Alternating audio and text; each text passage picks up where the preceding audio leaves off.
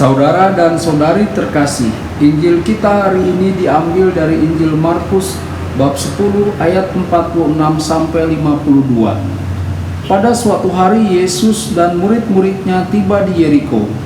Ketika Yesus keluar dari Yeriko bersama-sama dengan murid-muridnya dan orang banyak yang berbondong-bondong, ada seorang pengemis yang buta bernama Bartimeus, anak Timeus, duduk di pinggir jalan. Ketika didengarnya bahwa itu adalah Yesus orang Nazaret, mulailah ia berseru, "Yesus anak Daud, kasihanilah aku." Banyak orang menegurnya supaya ia diam, namun semakin keras ia berseru, "Anak Daud, kasihanilah aku." Lalu Yesus berhenti dan berkata, "Panggillah dia." Mereka memanggil orang buta itu dan berkata kepadanya, "Kuatkan hatimu, berdirilah, ia memanggil engkau." Lalu ia menanggalkan jubahnya. Ia segera berdiri dan pergi mendapatkan Yesus. Tanya Yesus kepadanya, "Apa yang kau kehendaki supaya aku perbuat bagimu?" Jawab orang buta itu, "Rabuni, supaya aku dapat melihat."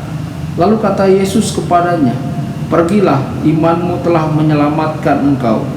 Pada saat itu juga melihatlah ia, lalu ia mengikuti Yesus dalam perjalanannya. Berbahagialah orang yang mendengarkan sabda Tuhan dan tekun melaksanakannya. Sabdamu adalah jalan, kebenaran dan hidup kami.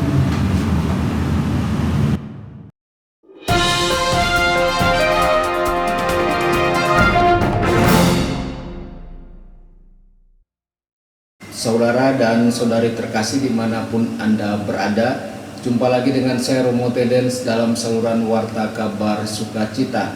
Semoga Anda semua tetap dalam keadaan sehat dan bahagia.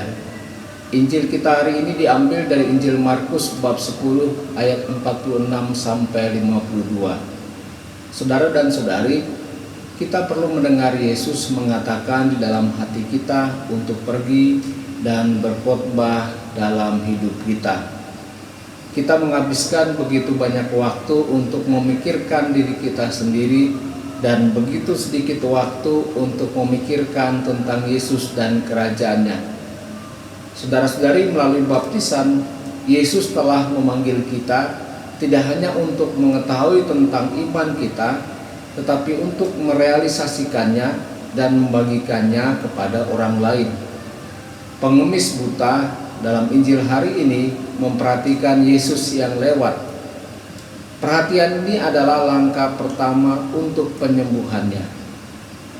Saudara-saudari, Yesus ingin kita menjadi seperti Santo Paulus, berani dalam berkhotbah dan membela kebenaran. Yesus menginginkan kita mengatasi rasa hormat manusia. Seringkali kita mendapati diri kita dipengaruhi oleh apa yang dipikirkan dan dikatakan orang lain, dan kita tidak mampu menjadi diri kita sendiri. Dunia mencoba mengintimidasi kita dengan menertawakan kita dan membuat kita terlihat konyol. Apa yang benar-benar ingin mereka lakukan hanyalah memaksa kita untuk menjalankan iman kita secara pribadi, tanpa memberikan kesaksian tentang Yesus dan kebenaran. Pada saat-saat itu kita harus seperti Bartimeus, berteriak lebih keras, membela apa yang benar dan mematuhinya setiap saat. Ini akan menantang kita, tetapi sekali lagi, bukankah Yesus mengorbankan nyawanya untuk membela kebenaran? Saudara-saudari terkasih, kehidupan Bartimeus yang buta tidak akan pernah sama lagi. Dia benar-benar diubah oleh Yesus secara batin. Bahkan penyakit fisiknya telah disembuhkan. Dia bisa melihat lagi. Melihat berarti memahami hidup kita dan semua yang diperlukan dari sudut pandang Tuhan. Melihat berarti kita bahagia memenuhi kehendak Tuhan bagi kita, apapun yang Tuhan minta dari kita semua. Semoga firman Tuhan pada hari ini menguatkan iman kita semua. Tuhan Yesus memberkati dan menyertai Anda semua. Sabda Allah adalah kebenaran.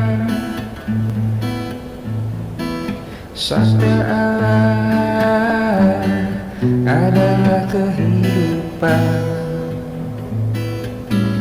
Mari kita mencintainya, mari kita menghayatinya. Ya Tuhan yang ku muliakan, sabda